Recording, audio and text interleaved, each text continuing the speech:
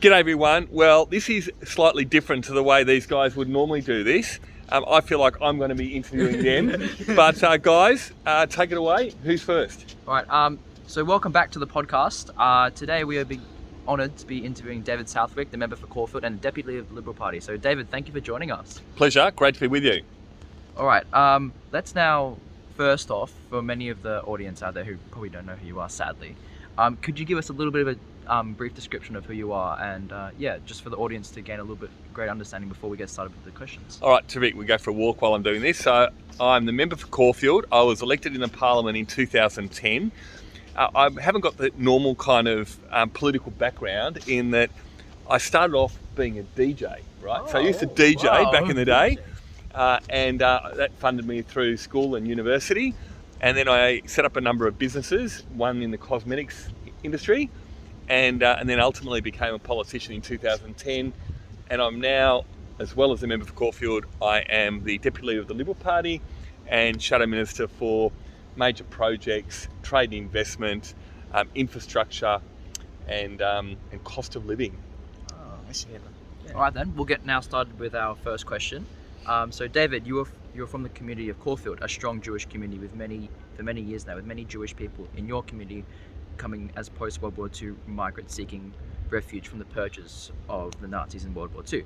Are you able to tell us a little bit about your family history and their story of how they came to Australia? Yeah, well, you're absolutely right in that our community is made up of migrants and people that have come and made Australia and Victoria their home, worked really hard, has valued education because that's a really important part.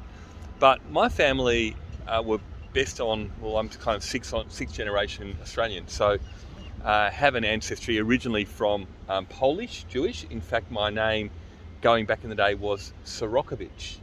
And my grandfather, who went across as a doctor to study medicine in the UK at the time when the First World War broke out, he enlisted as a medic for the army, for the British Army, as Sorokovich, and the next day he changed his name by default and re-enlisted as Southwick. And I think he was living in a township in the UK called Southwick. So technically speaking, my surname should be Southwick, but people pronounce it Southwick. And I think he changed his name because, as I'm told, number one, hard to pronounce. Number two, there was a bit of anti-Semitism back in the day. So sadly that existed. Yeah, it still does now. Exactly. We'll now get on to our second question, Tobias. How was your high school and university life? Do you have any memorable moments?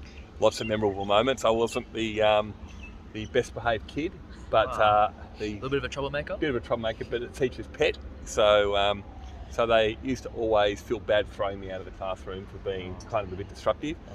But I actually loved politics at the time.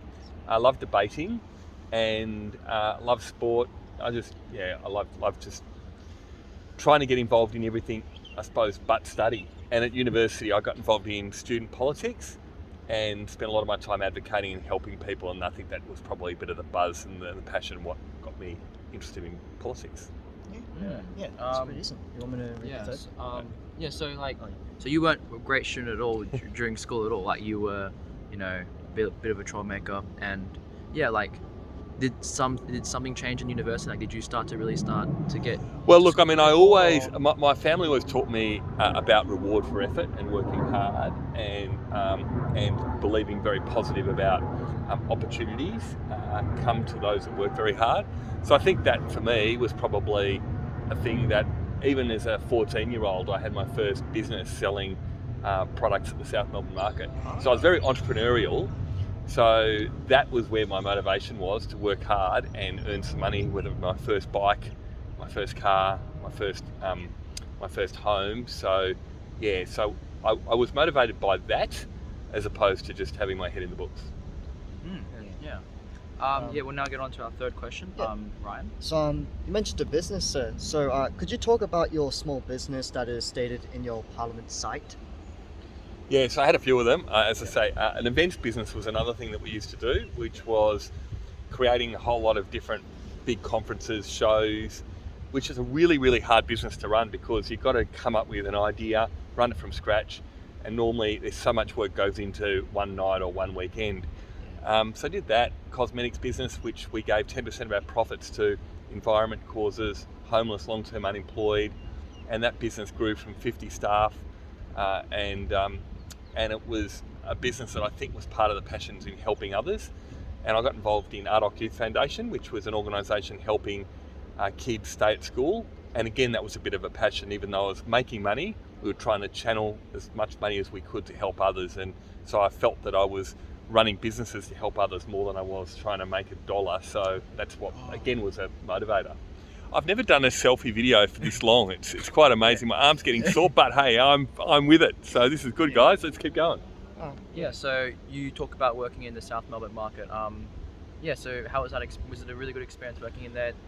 I'm guessing you met a lot of great little entrepreneurs like setting up their own small businesses. Yeah, well, I was the littlest because I was I think 12 or 14 at the time, and Dad used to drop me off, pick me up at the end of the night, and they were counting the gold coins, the $1 and $2 coins at the end of the night to see how much money that I'd make. So it was a bit of fun. Yeah, it was really just learning the hustle and bustle of selling something. So yeah, it was a good experience. All right then. We're now going to get on to our fourth question. So again, talking a bit more about your small business. How was the transition from owning a small business and a university lecturer into politics? Was it a seamless transition, or were there some challenges? Look, I mean, again, I've always been driven largely about helping others. So I think university part was really trying to help people set up their own businesses. So I wasn't an academic; they called me more of a pracademic. So I was giving people. I think were you the first lecturer in RMIT? First entrepreneur in residence. Yeah. So that was teaching people entrepreneurship, and it was a bit like either speed dating, a cross between speed dating and a doctor's surgery. So people would come in, they'd get advice, and I'd say, look, go away, do this, come back next week, we'll see how you're going. And the people that kept coming back were the most successful. And the other thing about that course, because it was part of an entrepreneurship degree, a lot of the people that dropped out of uni were the most successful in that I caught up with them years later through Facebook or whatever. And those students, quite often, they went to uni to pick up what they could find and then use that as part of their business, and didn't necessarily need the piece of paper but needed the skills. So it was a great experience, and I bump into a lot of kids even today that I taught, and it was a big part of my life that I loved because I was helping people to create their own opportunities. Yeah, I think also And I'm going to swap hands, guys. Watch this. Here we go. Look at that. Yeah. Swap sides. Yeah, I think also one of the most important things, even with university, even if you're going to school, even if you're not going to get the best grades or you're struggling, if you're driven and you have a goal that you want to achieve, you can go and do a lot of good things, and you can move on further in life, and achieve your goals, hopefully. Absolutely. How's my video skills too, by the way? You're normally a videographer. Would. Yeah. Would you hire me? Definitely, probably. It's a lot more stable than my hands sometimes. So if I end up losing my seat, maybe I can come and work for you guys. Yeah. What do you reckon? hire you. Exactly. Good stuff. Hopefully you don't lose your seat though, because we need you in Parliament. We need you in exactly Parliament. right. No. All right then. We'll go on now to our next question. Ryan. Okay, is it Yeah. So can you share your experience with the Ardoc, your youth foundation? What does the Ardoc Youth Foundation provide? Yeah, so that was what I was mentioning before. So Ardoc you've done some great research too, by the way. So it was about, and still is, making education a reality for everybody. And I've always believed that education is the thing that can make a difference. It's the kind of leveler. So everyone should have a right to an education. And then what people do once they've got that education is pretty much up to them. If you want to sit at home and do nothing, that's your choice. If you want to take those skills and become whatever it might be, again, credit to you. And so Ardoc started with a young person that was coming to school out of a brotherhood bin because she didn't have the support of family, she didn't have money, but she knew by coming to school it was going to change her life. And through that one person, Eloise, more and more people were coming to ask for support. And the person, Kathy Hilton, that founded the organisation, set up Ardoc. And my business, the Body Collection, gave 10% of our profits. We paid the rent for the first referral centre. We gave our cosmetics and what have you to help them. And I became the president of the organisation for a number of years. How long ago was this? Was this pretty recent? Never now. But it was way before politics. And it was probably there on close to 20-something years ago during that period. Yeah. I know I look like a youngster. You know, you look like you're in your 30s, David. Young at heart. Young at heart, absolutely am. So, who would you say is your political model plus idol? Okay, so I've always been a big fan of John Howard because I think just a real statesman and true in so many different ways.